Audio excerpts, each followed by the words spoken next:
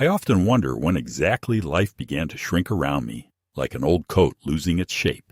There was a time when every day had meaning, when I woke up not to silence, but to the sound of another human being moving through the rooms, filling them with life. My wife, Evelyn, was never one for grand declarations of affection, but the way she brewed coffee in the morning told me more about love than words ever could. She knew I liked it strong, but not bitter.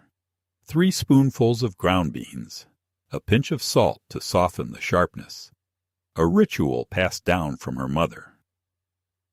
For 40 years, I started my mornings with that smell drifting from the kitchen. Now when I make it myself, it tastes flat, like a faded photograph. Evelyn has been gone for 7 years, and the house feels less like a home and more like a museum where I am the only guard, walking the halls and trying to keep the dust off memories. I am 72 years old, a retired history teacher. Once the classroom was my stage, and my voice carried over rows of restless students. I used to believe I was planting seeds of curiosity in young minds, that somewhere out there a boy or girl would remember a lecture about the Civil War or the Constitution and carry that knowledge into adulthood. Now I wonder if it mattered at all. When I retired, my colleagues gave me a watch engraved with my initials, and I smiled politely, though inside I was terrified of the silence that would follow. Teaching had given me rhythm, a purpose, and once it was gone, my days became a long corridor of sameness. I live in the same modest house Evelyn and I bought when our daughter Clara was born. The rooms have not changed much since then, though the wallpaper has faded and the carpet shows its age. Clara is 44 now, a successful businesswoman with a husband who talks like an attorney even at family dinners, always circling around the subject, always evaluating where the advantage lies. They live only 30 minutes away, yet the distance between us feels like another continent. When Evelyn was alive, Clara used to visit more often, sometimes bringing the grandchildren who were still small and eager to play with the old wooden toys I kept from her childhood. After Evelyn's death, those visits became less frequent, as if grief had not just taken my wife, but the fragile threads of family connection as well. Clara says she is busy, that her work demands her attention, that the children have their sports and their lessons. I nod, because what else can a father do but nod when his grown daughter explains why she has no time for him? The truth is, I do not ask for much.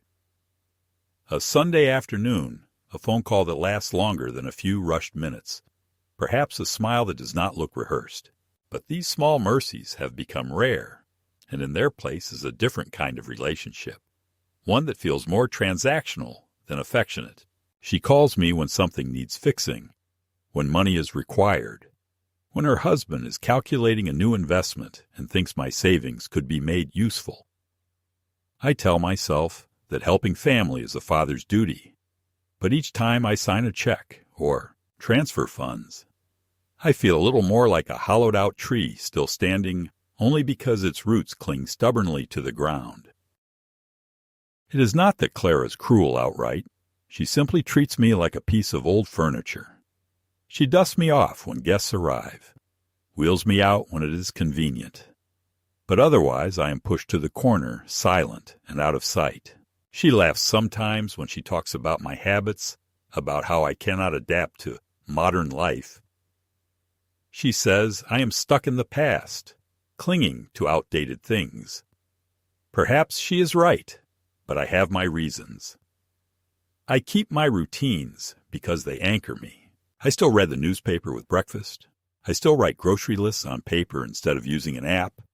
And most of all, I still use my old flip phone, a device that seems almost prehistoric compared to the glowing slabs of glass everyone else carries.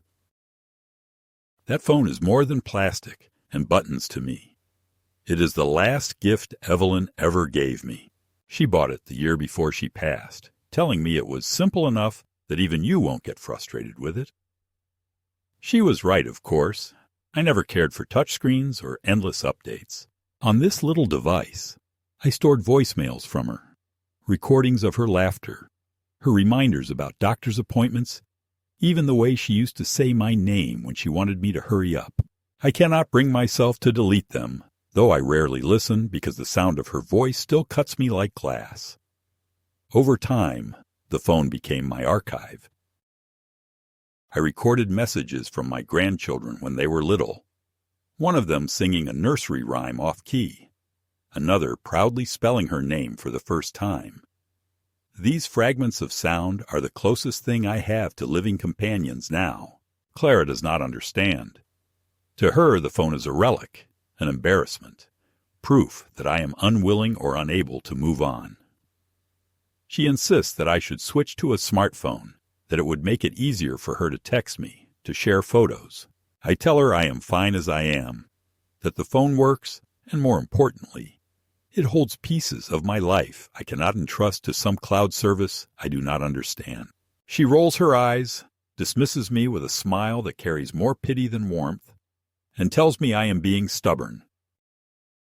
Perhaps I am, but what she cannot see is that this old device has preserved things more valuable than anything her sleek, fragile gadgets could ever hold. I have learned to live with the quiet, though it gnaws at me. My neighbors are polite but distant, younger families who wave as they rush to work or shuttle their children to activities. I walk slowly to the park when my knees allow, feed the ducks, and pretend that the laughter of children nearby belongs to my own grandchildren. Sometimes I sit on the porch in the evening, phone in my pocket, waiting for it to buzz. Most of the time, it stays silent. When it does ring, more often than not, it is Clara. Her voice clipped, efficient, already halfway gone before the conversation begins.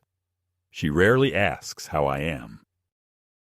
She asks about documents, about the state of the house, about my accounts. If she does say she misses me, the words sound like lines recited for an audience. Still, I cling to hope. A father's heart does not surrender easily. I tell myself that maybe one day she will remember that I am not just a ledger of assets or a potential burden, but the man who carried her on his shoulders at the county fair, who sat up late with her when she cried over her first heartbreak, who worked double shifts to send her to college because he believed she deserved every chance the world could give. Maybe the distance is only temporary. Maybe she will soften with time. I tell myself these things, though deep inside, I know hope is becoming harder to hold. So here I am, a man tethered to the past by an old phone and the fading echoes of voices that once filled his world. People see me as stubborn, outdated, even pitiable, but I know what I carry. Within that little device are truths no one else remembers. It sits on the nightstand beside my bed, its plastic worn smooth from years of use, its battery weaker but still alive. Each morning when I wake, I reach for it the way some people reach for a glass of water. It is not simply habit. It is reassurance, a reminder that I still exist in the network of voices that once loved me. The world may laugh, but I know this phone holds more than anyone suspects. And though they may call me old-fashioned, there will come a day when this so-called relic will speak louder than any of them could ever imagine. The evening that altered the fragile balance of my life began without any particular warning. Clara had invited me to dinner at her house, something she had not done in months, and I was almost childishly pleased by the gesture. I polished my old shoes, ironed a shirt, and even sprayed on a cologne that Evelyn had once bought me, though the bottle had sat half-forgotten on the bathroom shelf for years. The drive over was quiet, the roads glistening with the remnants of a late afternoon rain, and for a moment I let myself believe that this invitation meant something more than obligation, that perhaps Clara had remembered I was not just a fading figure on the edge of her life, but her father. When I arrived, her house looked immaculate, all polished wood and spotless windows, a showcase of success. Her husband greeted me at the door with his usual stiffness, a man who shook hands as though measuring your worth by the firmness of your grip. Inside, Clara moved gracefully among her guests because this was not a simple family dinner, but a gathering of her colleagues, acquaintances from her firm, and a few neighbors whose laughter seemed too loud, too rehearsed. I realized quickly that I was not there to be honored, but to be displayed. The aging father trotted out as a kind of background character in her carefully arranged tableau of modern prosperity.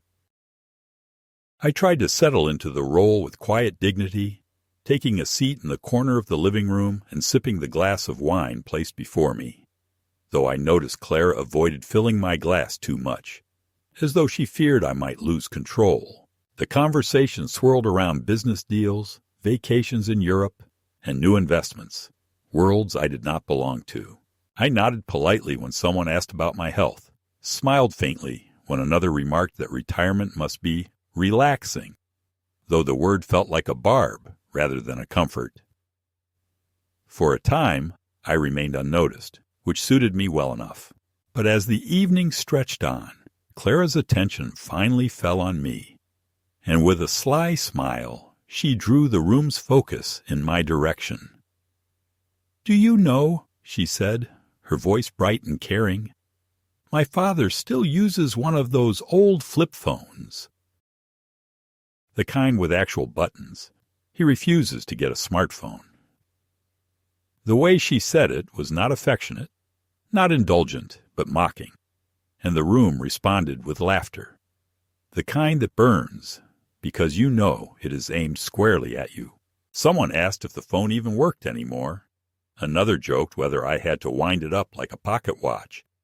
And Clara laughed along, her eyes glinting with the satisfaction of being the witty host. I sat frozen, my hand instinctively pressing against the pocket where the phone rested, my fingers feeling the familiar curve of its plastic. In that moment, humiliation washed over me in a wave so strong it nearly took my breath. I wanted to disappear, to shrink into the chair and vanish from their amused stares.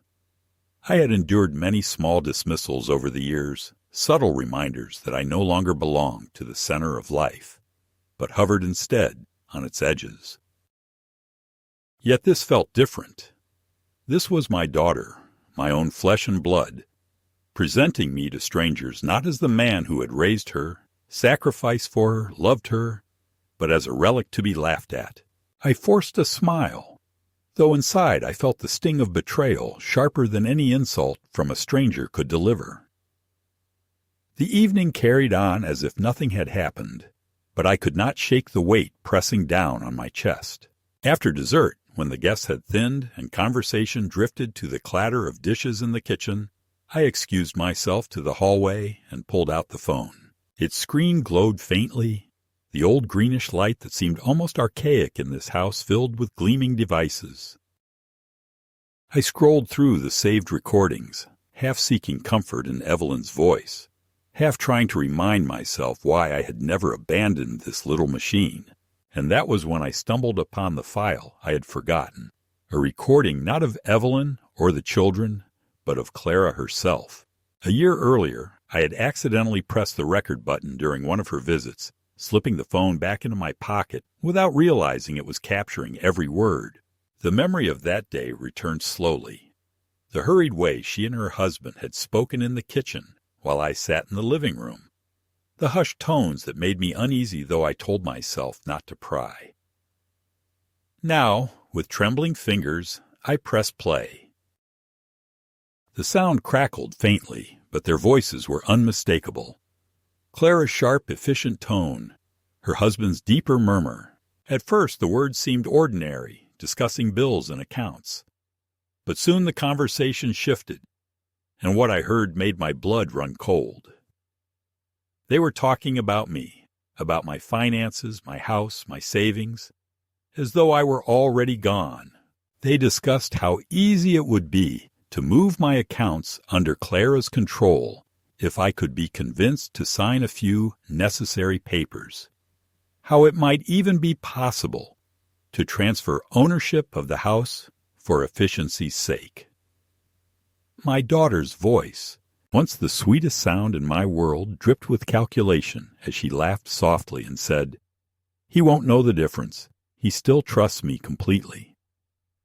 Her husband replied, "And if he resists, we can always push for medical evaluation." At his age, confusion isn't hard to prove. I sat in the hallway with the phone pressed to my ear, listening as the people I had trusted most reduced me to an obstacle, a figure to be managed, manipulated, and eventually erased. My breath came shallow, my hands shook, and for a long moment I thought I might collapse under the weight of it. The humiliation of the evening, the laughter at my expense, suddenly seemed like nothing compared to the cold betrayal echoing from the tiny speaker of my phone. My own daughter, whom I had cradled in my arms, for whom I had worked endless hours, whose future had been the guiding star of my entire adult life, was plotting to strip me of everything I had left. The recording ended, leaving only silence, but the silence was heavier than the laughter had been. I sat there for what felt like hours, staring at the worn keys of the phone, the device that had carried me through loneliness and memory, now delivering a truth I could hardly bear. A part of me wanted to deny it, to believe it was a misunderstanding, a fragment of a larger conversation taken out of context. But the words were too clear, the intent too deliberate. They had spoken as conspirators, not as family. When Clara found me in the hallway, she asked lightly if I was lost. Her smile the same polished expression she wore for her guests.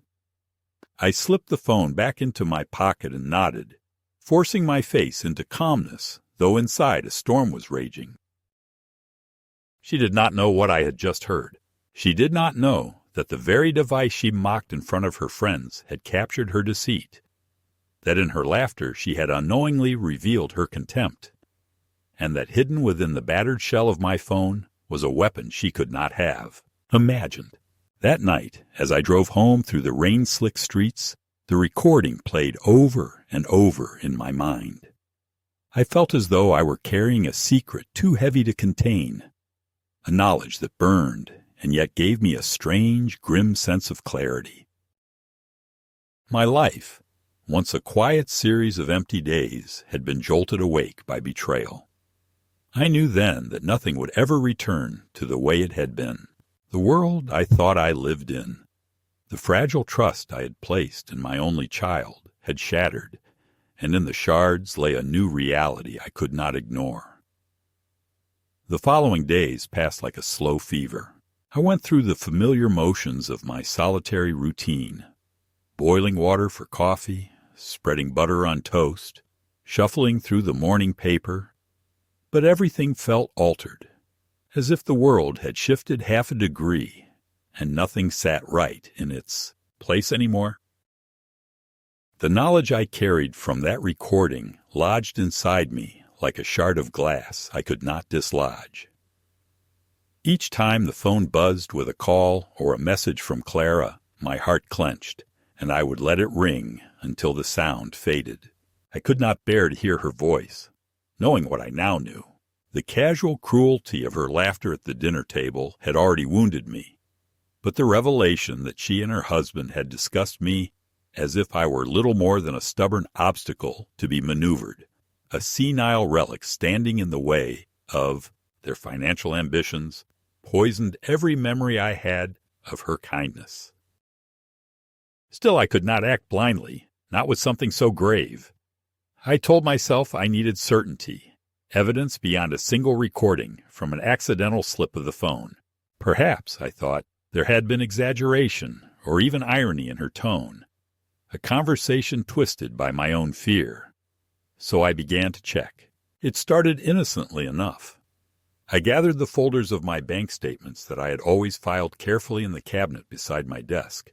I compared the balances month to month, tracing the columns with my finger, looking for patterns that would confirm or refute what the recording suggested. At first, everything looked ordinary. The slow ebb and flow of withdrawals for groceries, utilities, the occasional medical bill. But then I noticed transfers I could not explain. Small amounts at first, 100 here, $200 there, always tagged as joint account settlement or family allocation. They were spaced out, scattered across the months like breadcrumbs I had never noticed before. My chest tightened as the realization dawned that these were not innocent transactions. I made an appointment at the bank, something I had not done in years, because most of my dealings were automatic. The young woman behind the counter, polite and perfunctory, tapped at her keyboard when I asked about the withdrawals. She confirmed that they had been authorized, and when I demanded by whom, she hesitated before saying that Clara's name was on the access file as a co-signer for certain accounts.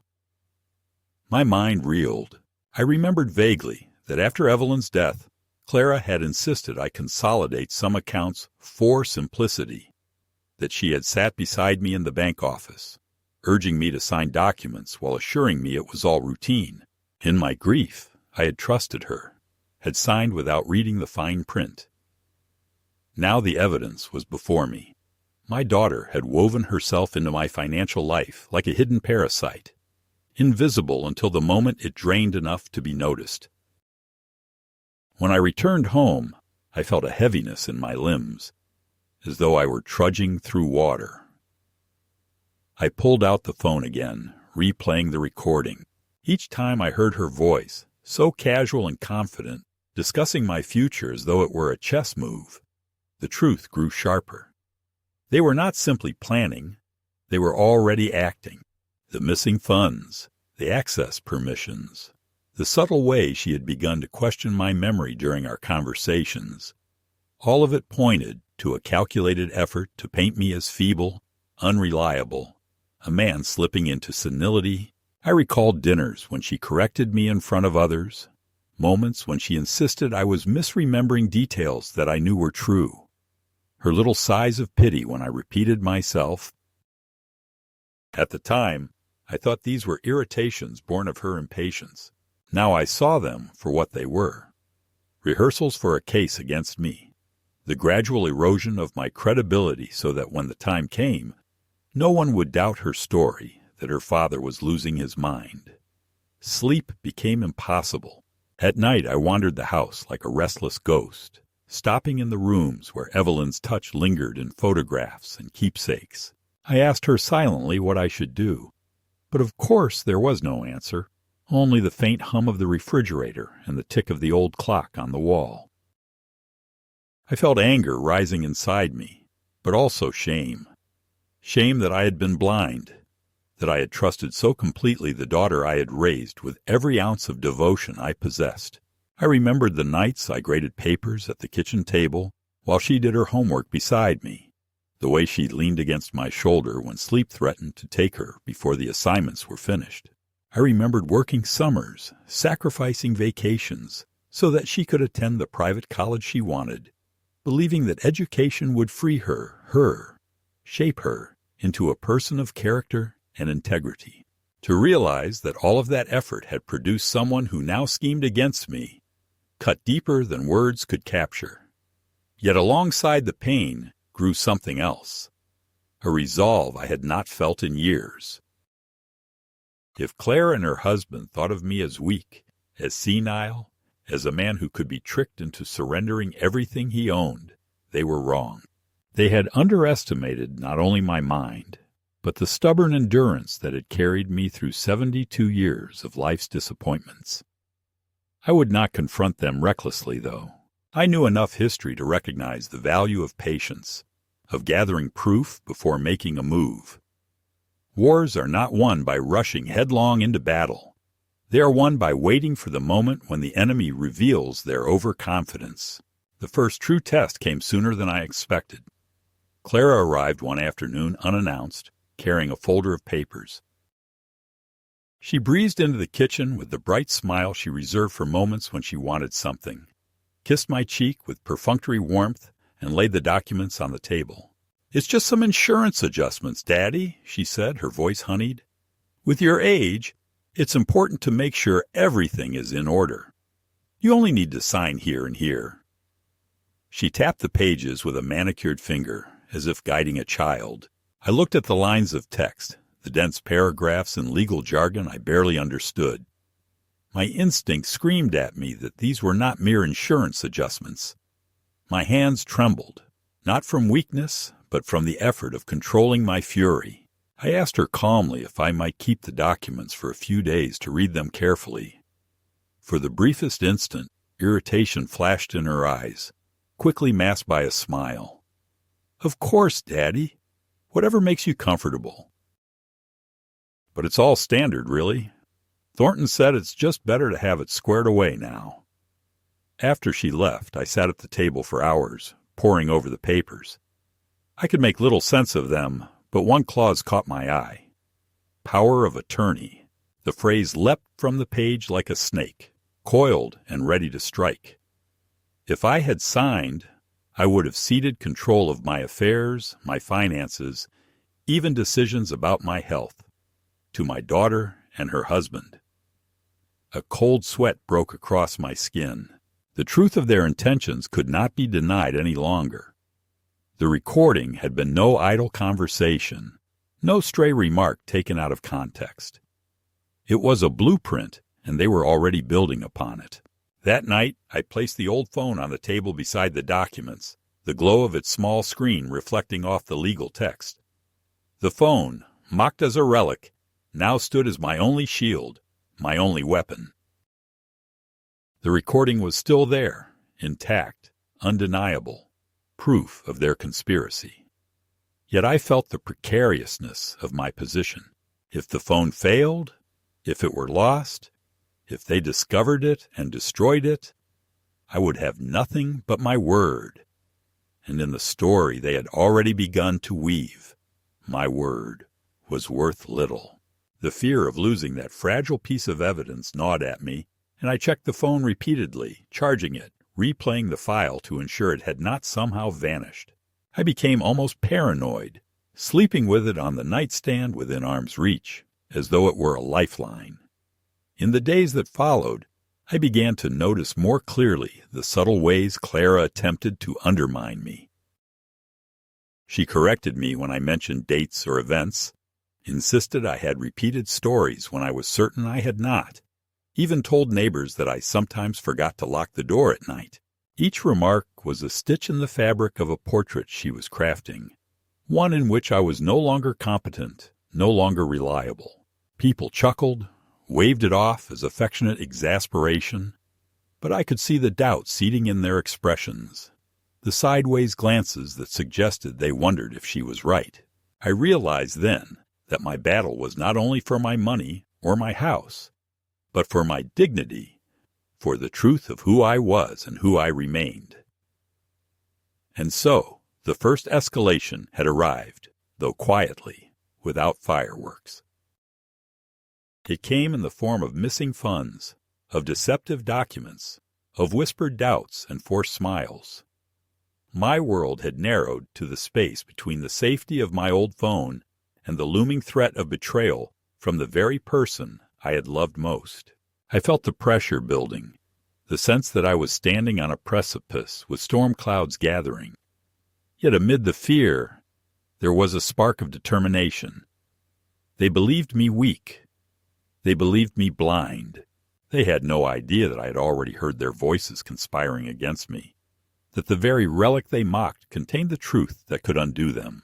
It was late one evening when the fragile threads of denial finally snapped, leaving me with no illusions about the path Clara and her husband were carving for me. The house was quiet, save for the faint creak of the floorboards under my feet as I paced from room to room, trying to shake the restlessness that had settled into my bones. On the kitchen table lay the folder of papers Clara had tried to coax me into signing, its presence like a silent threat. I had left it there intentionally, a reminder of what I was facing. Though each time I glanced at the pages, I felt a heaviness settle over my chest. The phone lay beside it, its screen dim, the device that had become both my anchor and my burden. I picked it up and replayed the recording again, my ears straining for some hint of ambiguity that might absolve Clara in my mind. But the words were too plain, too cold. The laughter, The certainty in her voice as she discussed stripping me of my autonomy left no space for doubt. The next morning I forced myself to walk to the bank again, though my knees protested with every step. I requested a full printout of my recent transactions, and as the clerk handed me the pages, I sat down in the lobby to study them.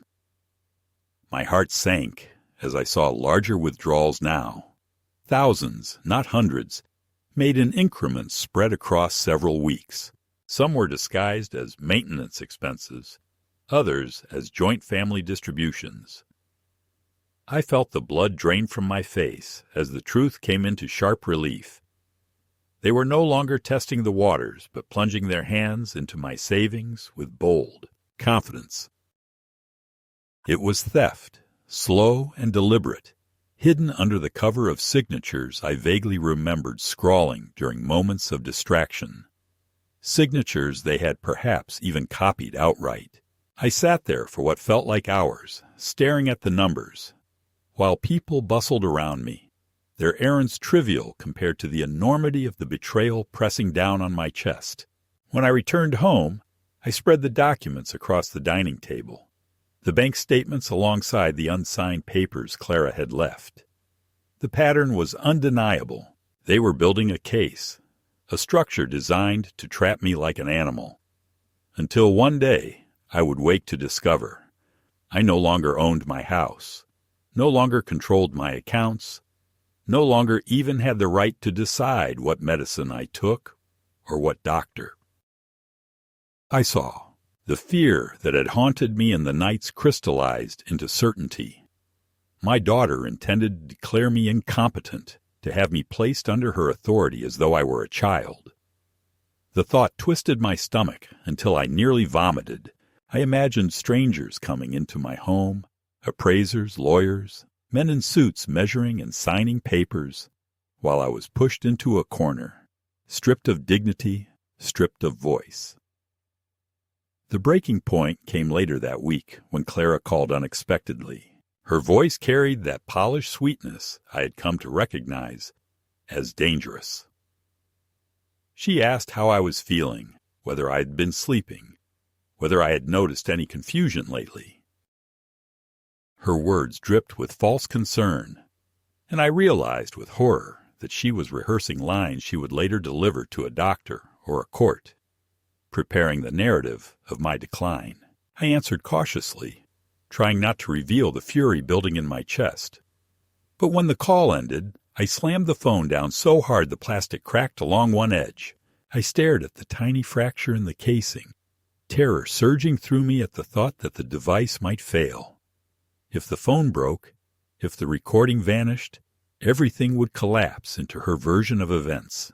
I sat there, holding the battered device in both hands, whispering to it as though it were a living ally. Don't fail me now. You're all I have. That night, sleep eluded me again.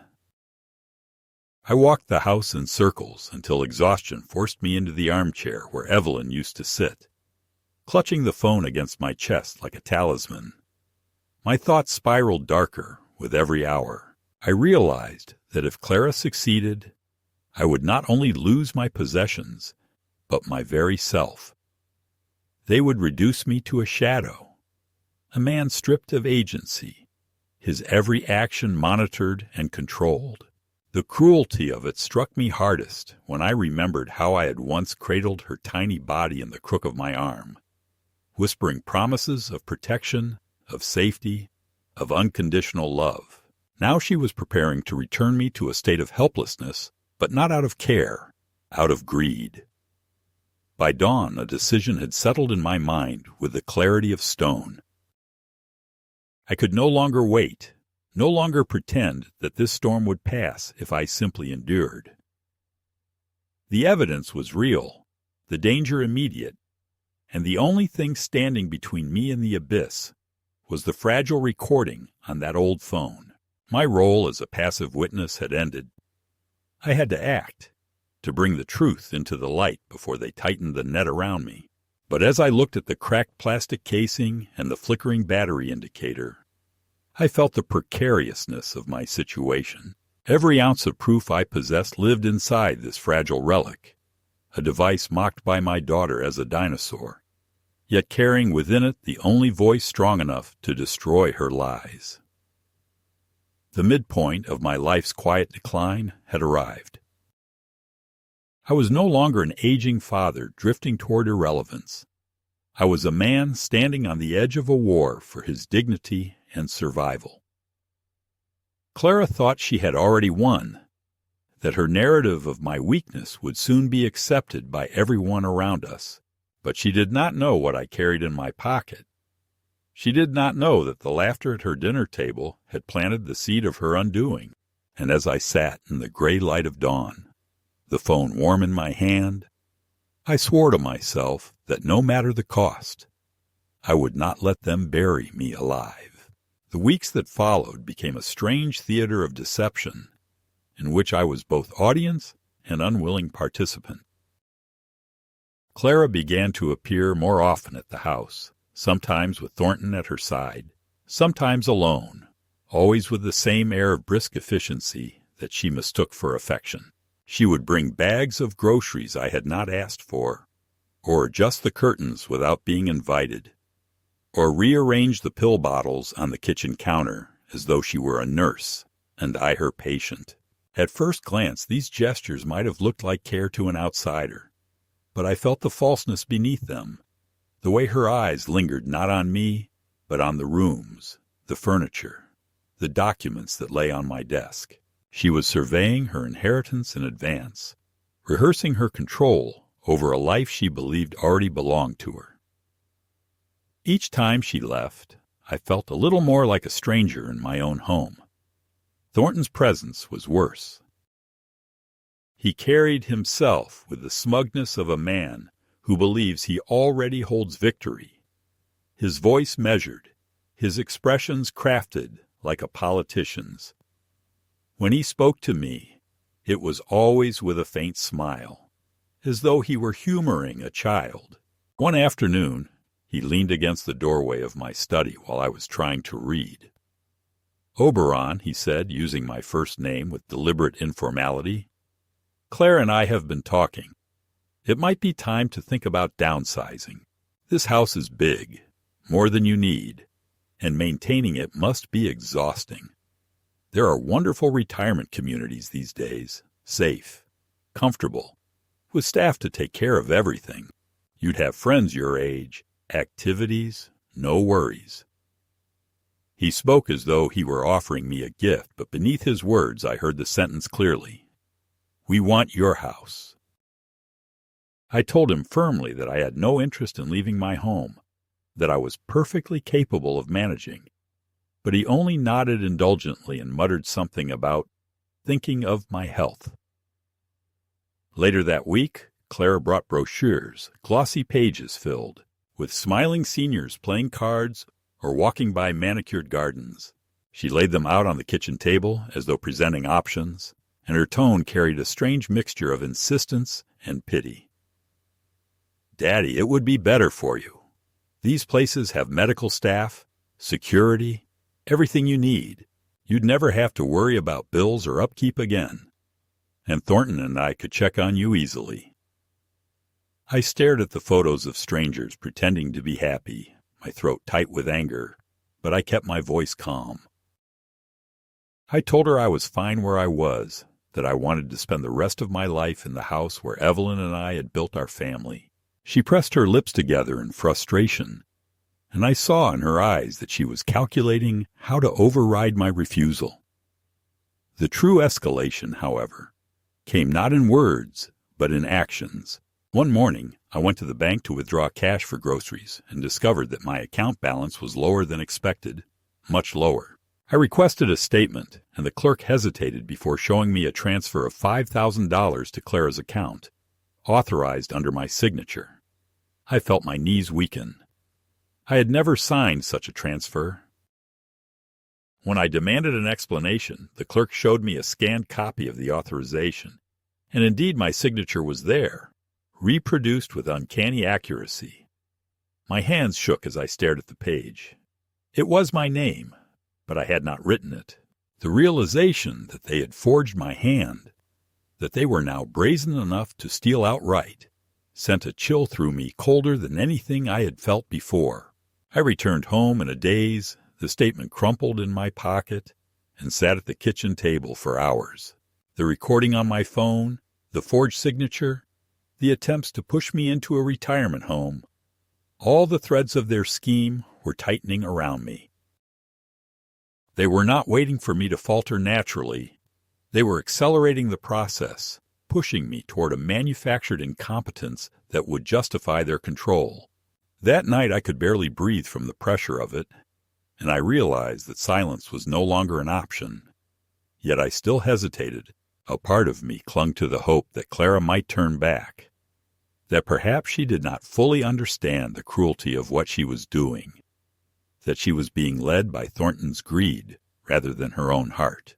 But each new betrayal chipped away at that fragile hope, until little remained but bitterness. Then came the dinner that shattered even that. Clara insisted I join them at a restaurant downtown, a place far grander than anything I would have chosen, filled with polished tables and waiters in pressed uniforms.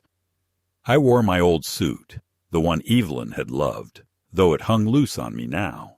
When I arrived, I saw at once that I was not invited as a guest, but as a prop. At their table sat another couple, wealthy acquaintances of theirs, and as soon as I sat down, the performance began. Clara introduced me as though I were a dependent rather than a father, telling anecdotes about how forgetful I had become, how she had to remind me of doctor's appointments, how I once nearly set the kitchen on fire by leaving a pot unattended. Each story was a lie, but she told them with such casual charm that the couple laughed, nodding sympathetically, offering knowing remarks about how difficult aging parents could be. I sat there, my fork poised above the plate, my face burning, listening to my daughter weave a false narrative of my decline while strangers smiled at her wit. I tried to interject, to correct her, but each time she patted my hand and said, "It's all right, Daddy, you don't remember, but it's normal at your age." Thornton chimed in with mock-concerned comments, shaking his head as though pitying me. For the first time in my life, I felt the peculiar sensation of being erased in real time, of having my identity rewritten in front of others and being powerless to stop it. By the end of the evening, I was not only humiliated, but terrified, because I saw how convincing she could be. If she spoke this way to friends, to acquaintances, what would stop her from telling the same stories to a judge, a doctor, or a lawyer? And who would believe me? A solitary old man against the polished voices of my daughter and her husband.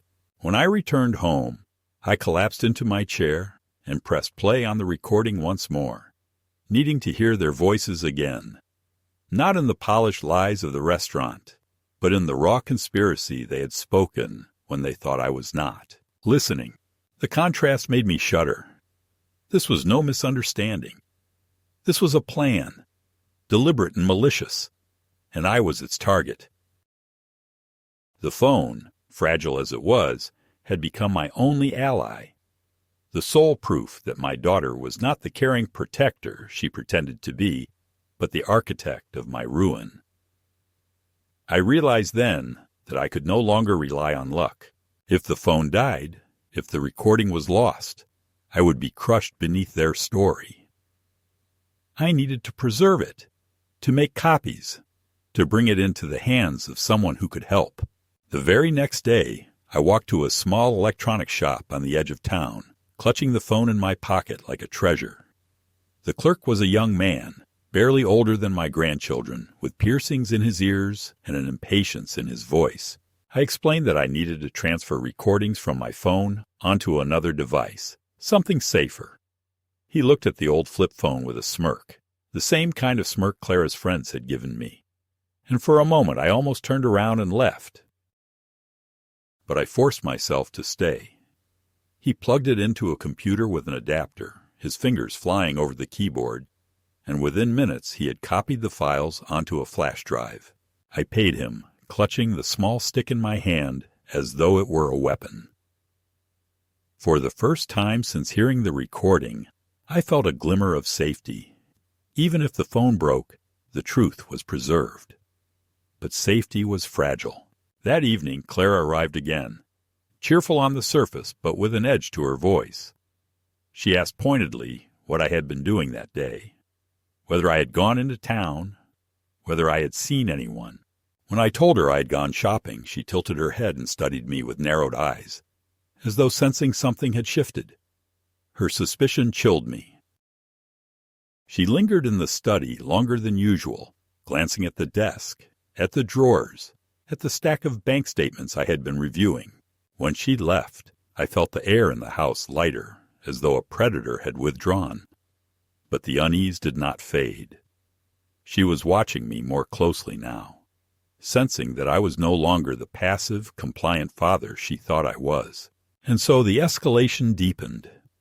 No longer was this a game of subtle hints and whispered plans. It had become open theft, public humiliation, and quiet intimidation. The stakes were no longer theoretical. They were immediate, pressing, and dangerous. I understood now that if I did not act soon, if I did not bring my evidence to someone who could protect me, Claire and Thornton would tighten their grip until escape was impossible. They had underestimated me once, mocking my phone as a relic, believing me too feeble to resist. But they would not underestimate me again. The war had begun in earnest, and though I was weary, though my body was frail, the fire inside me had been reignited. I would not allow my daughter to bury me while I still breathed. The day the truth stepped out of the shadows began not with a bang, but with a letter, cream paper with a crisp black seal from the county court, informing me that a petition for guardianship had been filed by my daughter on the grounds of diminished capacity, that a temporary hearing had been set for the following Friday, that an investigator might visit my home before the date, and that I should be prepared to present any evidence I believed relevant. I read it 3 times at the kitchen table. With the old phone lying next to the cup of coffee, I could not bring myself to drink. And while fear rose up like a black tide, it did not crest, because behind it came something steadier and older and harder, the thin wire of resolve that had held, through years of classrooms and grief and the private humiliations of aging. And I understood that the hearing was not a disaster, but a stage finally set where their performance would meet mine, and where the small, battered device my daughter derided would be allowed to speak in its own plain, implacable voice. I called a local attorney recommended by the clerk at the bank, a woman named Harris with calm eyes and a careful way of listening that made my spinning thoughts slow into order. I brought her the bank statements, the unsigned power of attorney, the forged transfer, and at the end, with hands that trembled in equal parts anger and relief, I placed the phone on her desk and told her what it held. She did not smirk at the relic or pity me for clinging to it.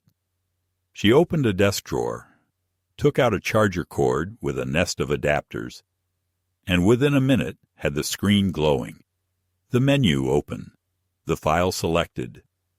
The voices of my daughter and her husband filled the small office in short, sharp phrases, discussing my assets, the path to a medical finding, the way to move the house without messy resistance. And when the recording ended, Ms. Harris exhaled, not dramatically, but like someone who had just seen the shape of the case change, and said we would secure the phone in her office safe after creating a forensic duplicate with a chain of custody. We would schedule an evaluation with a geriatric specialist of her choosing. We would contact the bank's fraud department formally rather than as a distressed walk-in. And we would go to court not with injured outrage, but with documents, affidavits, timestamps, and the simple grainy truth of that audio. The week telescoped into a narrow corridor of errands that felt both urgent and dreamlike, as if I were walking someplace my legs remembered before my mind could name it. A technician with careful hands pulled the files from the phone onto 2, encrypted drives while a notary logged the time and placed her seal on a statement of procedure. Mims. Harris's paralegal photographed the cracked casing and the scuffed keys and printed the photos with captions. Noting the make and model, I sat for 2 hours in a quiet room while a doctor in a gray suit asked me to recall lists and subtract sevens and retell a short story from memory, then surprised me by inquiring about my career and the year Clara won her little spelling bee and the date of Evelyn's last garden party, as if he understood that the mind is more than a score and that grief and dignity also have to be measured. When he shook my hand at the end, he did not say the result, only that he would send a formal report by Wednesday, which arrived on Tuesday, with a paragraph that made my throat knot with gratitude. Concluding there was no evidence of dementia, that my performance was consistent with healthy aging, that any claim of incompetence based on memory loss would be medically unsupported. On the morning of the hearing, I dressed with the deliberation of a man who knows he will stand in bright light and be studied. I ironed a shirt until the fabric shone faintly, knotted the tie Evelyn had given me the Christmas Clara left for college, polished the shoes more for my own sake than any judge's, and slipped the phone into the inner pocket of my jacket, even though Ms. Harris had the evidence drive, because a part of me needed the original near my heart like a relic of a private faith. The courthouse smelled of old wood and paper, and in the corridor outside the small courtroom I saw Thornton standing like a man, rehearsing his winning statement, shoulders square, jaw set, while Clara paced with her phone in her hand, 2 steps forward, 2 steps back, the old cadence of her impatience, except that when she looked up and saw me, she did not smile the bright hostess smile I had come to fear, but the smaller smile of a person who believes the end game has arrived, and that the pieces will move as she planned. Inside, the judge was younger than I expected, sharp-eyed, economical with words, the sort of man who lets silence do half of the questioning. Their lawyer began with a soft-voiced presentation about concern and safety and recent episodes of confusion, about the kindness of a daughter who had rearranged her life to prevent an aged parent from harm, about the temporary nature of their request and the gravity with which they approached it. And as he spoke, I felt the old fear dart at my ribs, because I knew how plausible it sounded to ears unused to the subterranean currents of family greed. Ms. Harris did not try to match their silk with silk. She began plain, almost blunt, with the physician's report dismissing cognitive decline, with the timeline of transfers, with enlarged prints of signatures placed side by side, where anyone with eyes could see that one O-loop had the hesitation tremor of a tracing. The judge's expression barely moved, only his pen scratched more rapidly. And then Ms. Harris asked for permission to play an audio exhibit authenticated by her office, recorded in my home on a date and at a time corroborated by my phone's metadata and by a message Clara sent me the same afternoon. And the other lawyer stood to object, on grounds I did not follow well enough to paraphrase. Something about consent and expectation of privacy and reliability, to which Ms. Harris replied with case citations and the assertion that I, a party to the conversation, had the right to record in our jurisdiction, that the device had been maintained, duplicated, and sealed under supervision, that what the court would hear was not an edited fragment, but a continuous file containing statements of intent, and the judge nodded for her to proceed, which seemed to pull the air out of the room as if a door to weather had just opened. The moment the first seconds of static settled and Clara's voice emerged, every day and unguarded, a version of her I had not heard in years, the version that speaks without rehearsing how she will sound to others, I felt a terrible tenderness move through me and then harden into something like mourning as the words that followed ran their course. I watched her face and saw the small flinches ripple through the mask as she recognized phrasing she could not disown. Her hand went to her throat, the way it did in childhood when caught in a lie, and Thornton leaned forward as if he might pluck the sound from the air and fold it back into silence. The judge did not look at them while it played. He looked at me, perhaps to see whether vindication had a shape, perhaps to judge whether a father was enjoying a daughter's fall, and I tried to keep my expression from turning into either triumph or collapse, because neither felt honest. What I felt was an old kind of grief with a clean edge, like the night we signed the papers for Clara's first apartment, and I understood she was both mine and already gone. When the recording ended, there was no applause, only the small practical noises of a courtroom breathing again, and then questions, simple, pointed, deliberate, which Ms. Harris answered without embroidery. Yes, the bank had opened a fraud inquiry. Yes, my access had been locked down and my signatures replaced with in-person verification. Yes, I had declined to sign any power of attorney. Yes, the physician's report found no dementia.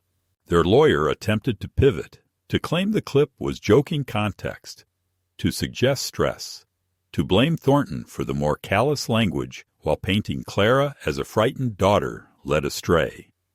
Clara began to cry, not the silent private tears of a person split open by shame, but the conspicuous heaves of a performance pitched toward leniency.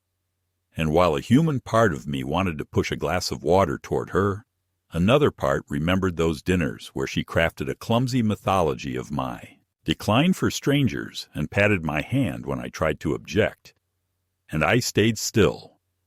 The judge spoke finally, not loudly, but with the flat weight of decision, denying the petition, issuing an interim protective order limiting their access to my person and property, referring the financial evidence to the district attorney for review, and recommending that all future contact occur in writing or in the presence of counsel until further notice. And though the words were measured, their effect was seismic, an invisible wall lowering into place where there had been only fog. We filed out into the corridor, and the quiet there felt stranger than any shouting might have been. Clara approached with a look that broke and rebuilt itself 3 times in a second, like a face reflected in rippled water, and she said my name not, as a daughter calls a father, but as someone calls a witness who has surprised them, and asked in a cracked whisper how I could do this to family, how I could humiliate her in public, how I could choose an object over her. And I realized she meant the phone as if it were a rival. And I answered with more gentleness than I expected. To have left that what had humiliated her were her own words, not my willingness to let them be heard, that what she called an object had simply preserved a truth she hoped to bury, that I would have chosen her over anything if she had chosen me over what she wanted to take. Thornton tugged at her elbow and muttered that this was not over, his confidence already smaller, his eyes avoiding mine, and Ms. Harris placed a light hand at my shoulder and guided me toward the stairwell before I could be baited into old, useless arguments. Back home, the house felt different, not larger, not lighter exactly, but steadier, as if the foundation had remembered its purpose. I set the phone on the table, and for a long time I did not move, listening to the ordinary noises. The refrigerator, a car passing, a dog barking 2 streets over, and within those unremarkable sounds, the silence that for years had tasted like loneliness, now tasted like simple quiet, which is not a sad thing at all. I knew there would be more steps, bank, meetings, and perhaps depositions, neighbors who had heard one story and would have to learn another, grandchildren who might look at me with new wary eyes until time sorted their loyalties.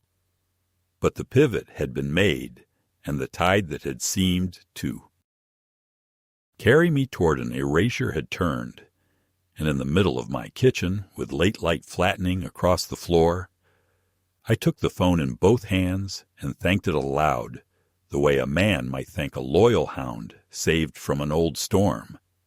And if that seems foolish to anyone who has not lived long enough to understand that some objects are containers for souls not their own, I can only say that my daughter called it a dinosaur and laughed, and it answered with a voice that unmade her lie, and returned to me the simple right to live my last years as myself. In the weeks after the hearing, the world did not transform with trumpets or fireworks. It simply settled, as if a taut wire had finally been loosened to a livable pitch. And the House resumed its ordinary breathing while the official letters followed one another in their measured way. The bank confirmed the fraud hold and restored the missing funds. The district attorney opened a file and later proposed a plea agreement contingent on restitution and an ethics referral. Thornton's firm reassigned him from a project that required a clean bond, and Clara submitted a resignation letter phrased as a sabbatical, but framed by a quiet internal inquiry that would make any triumphant return unlikely. None of it made me jubilant, not even when Ms. Harris called to say the protective order would remain in place for a year, and that any contact from Clara or her husband must be through counsel, because what I felt was less victory than the ending of a long chant of dread, a cessation of noise that allowed ordinary sounds to be heard again. The kettle's faint whistle, a sparrow scolding the cat 2 doors down, the page of a book turning without my hand shaking. I did the practical things first, because practicality is a way to teach the heart how to keep going. I met with the bank and set alerts for every transaction. I closed the old joint account that should have been closed years ago. I rewrote my will, with language that left no door ajar for the clever, establishing a small scholarship in Evelyn's name for student teachers who think history can still save a few lost souls, and a separate trust for the grandchildren that cannot be touched by their parents, and that unlocks only with a letter written to me in their own words. Not to buy forgiveness, but to earn the truth of our kinship without anyone standing between us.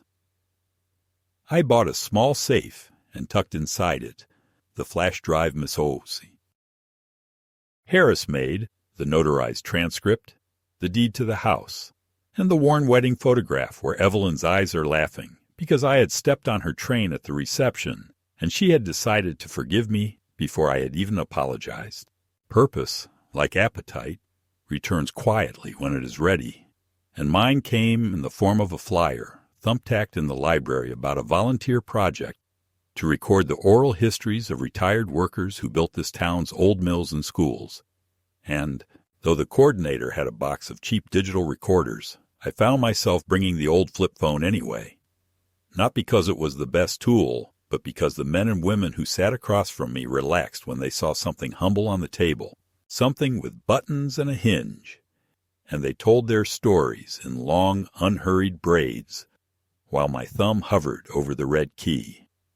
And in those afternoons, I remembered the classroom version of myself who could listen without rushing and ask a question that opened another door. Sometimes, on the way home, I would stop by the lake and play back a few seconds of a mill whistle or a laugh and think how strange it is that the same device that preserved my daughter's betrayal now held the small music of strangers, and how both kinds of truth belong to the same ledger of a life honestly kept. One evening my phone rang with a number I did not recognize, and when I answered, I heard a young woman's voice stumble, and then steady. "Grandpa, it's June." My granddaughter, who had been a child with chalk-smudged fingers the last time we baked cookies in Evelyn's kitchen, and she spoke in the wary tone of someone stepping into a room where the furniture has been moved, saying she had heard things, and didn't know what was true, and could we meet someplace public, maybe the diner by the bus. Station, the station. And I said yes because whatever had happened between her parents and me did not cancel the thread that ran from her hand in mine when she was 5 to this moment. At the diner, she ordered tea. She did not drink and apologized for holidays, missed, and for repeating her mother's lines about my forgetfulness. And I told her that people we love sometimes tell stories to protect themselves from what they did, that I wouldn't play the recording for her because I did not want our bond to rest on the sound of her mother's worst hour, but that I would give her the transcript if she wished to read it when she was ready, and she nodded and did not take it, which I counted as wisdom. She asked if she could call sometimes, and I said yes with one condition, that money and gossip would never be the first topic, that we would start with weather and books, and whether the moon looked big or small that night. And she smiled a little and said, that sounded like a rule. Her great-grandmother would have liked, and we talked about nothing important until importance snuck in without ceremony, as it always does. I did buy a small modern phone at Ms. Harris's urging so that my doctor could send messages and the bank could ping me when something moved. But I could not make myself replace the flip phone, whose hinge creaks now, and whose battery, despite the spare I found from a warehouse in Ohio, tires by evening, and sometimes I think it is like me in that way, willing to do a day's work before its light softens and asks for rest. At night, I place both phones on the nightstand, the sleek one face down, and the old one open like a book. And I listen for a minute to Evelyn's birthday voicemail, the one where she tries to sing and laughs at herself, and then to the new recordings of the mill workers, and the old one of Clara planning what she did. Because it is important, I have learned, not to curate your history so ruthlessly that only flattering chapters remain. And after I click the phone shut, the room holds a kind of resolved quiet, a human quiet, and I sleep.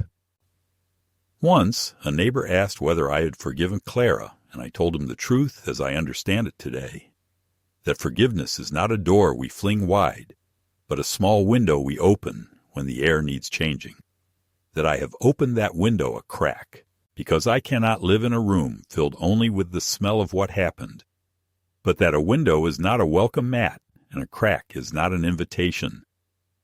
If she ever writes to me in her own unscripted voice, I will answer in mine, but I will not return to the play where she writes my lines. Months have passed without spectacle, which is a blessing I am learning to treat as one, and the town has placed our oral histories in the library catalog, and the scholarship fund sent a photograph of a first-year teacher standing in front of a chalkboard with a grin that made my chest ache with a good kind of pain. And on Sundays I brew coffee with the pinch of salt Evelyn taught me, and carry a mug to the porch where the light is generous. And sometimes I take the flip phone out and run my thumb over its battered skin and think that the world can call it a dinosaur forever if it wishes. Because when it mattered, it remembered what people said, when they thought no one was listening. It kept faith with what was real, and it gave me back my name, which is all an old man asks to keep at the end.